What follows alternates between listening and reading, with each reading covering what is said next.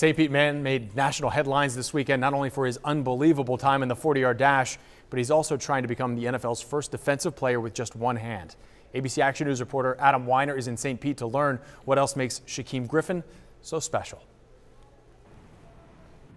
Shaquem Griffin is absolutely dominating. This is the run that has the football world buzzing. That would be the fastest 40-yard dash time by a linebacker. The St. Pete native also impressing NFL teams lifting weights using a prosthetic left hand.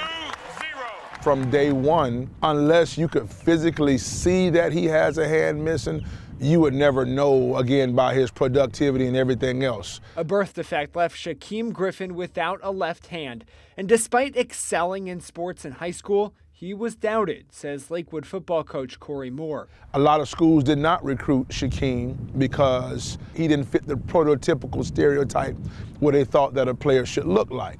Griffin excelled in college, too. And yet when it came time to the NFL, there were still doubts. He was one of the very last people invited to work out for NFL teams at the Combine this year.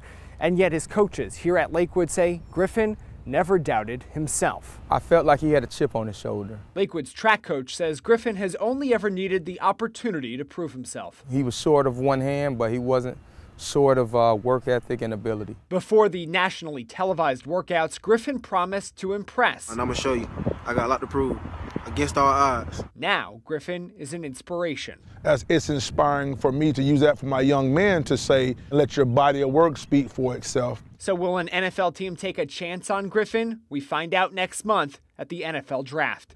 In St. Pete, Adam Weiner, ABC Action News.